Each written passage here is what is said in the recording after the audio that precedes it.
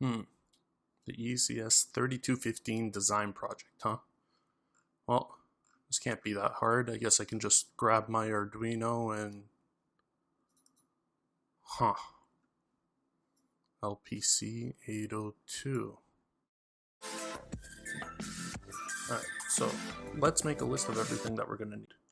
So we're going to need the LPC 802, a 4x3 keypad, a door lock assembly, some wires, soldering iron, glue gun, a button, a couple LEDs, a relay, a magnetic switch, and a 3D printed housing. Okay, so let's just get some of those components out here right now. And of course, we need our 3D printed part.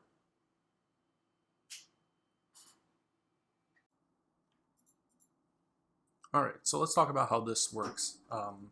Basically, I originally planned to use the RFID reader for this project, but due to complications, basically it broke.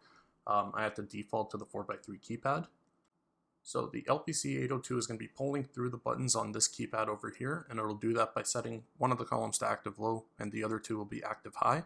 And then it'll alternate which ones are active low at which time. So it might start with column 1 will be active low while the other two are high, and then it'll switch to column 2 is low while the other two are high, and it'll keep repeating that over and over. And basically, when one of the rows is pressed, so one of the buttons, it'll complete the circuit, and the LPC 802 will know which button was pressed. So if the right combination is put in, it'll send a signal through GPIO 0 here to to both of the green LEDs, and they'll start blinking to let you know that the correct password was entered. Afterwards, it'll trigger this relay, which is on normally closed, and that will trigger power to the motor for it to spin. The magnetic switch here is basically in case the door is already opened and the button's been pressed or the correct combination has been entered, it won't allow the motor to spin, so you don't have any waste of time with the motor spinning. And lastly, over here we have the other button. This is if you're on the inside of the door, you can press this button and it'll behave the same exact way as if you entered the correct combination. If the wrong combination was entered, the red LEDs will start blinking and it'll let you know that you entered the wrong one in and you should try a different password. So all we really need to do now is assemble it.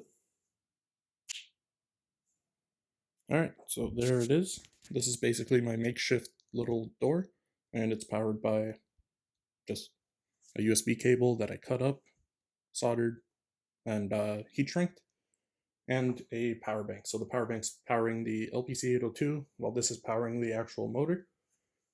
So right now there is no magnetic switch connected to it, so this would be placed right over here if we wanted it to work. So if nothing's on there, if we put in the correct combination, which is all ones, and turn the LPC 802 on, we see that the LED blinks to let you know that the correct combination is entered, but because the magnetic switch isn't there, it doesn't turn on. And same thing goes if it's the wrong combination. The red one blinks saying that's not the right password. So this would be if the magnetic switch is placed into it, so the door is closed, and this would be what happens when you put in the password.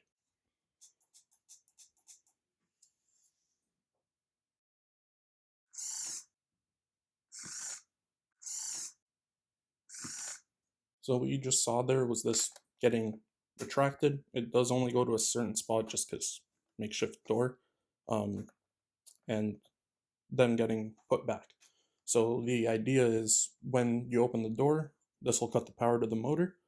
So this won't get pushed back until you close it again. Then the motor will push it back, and then the relay will tick off. And then, of course, it works the same way on the other side.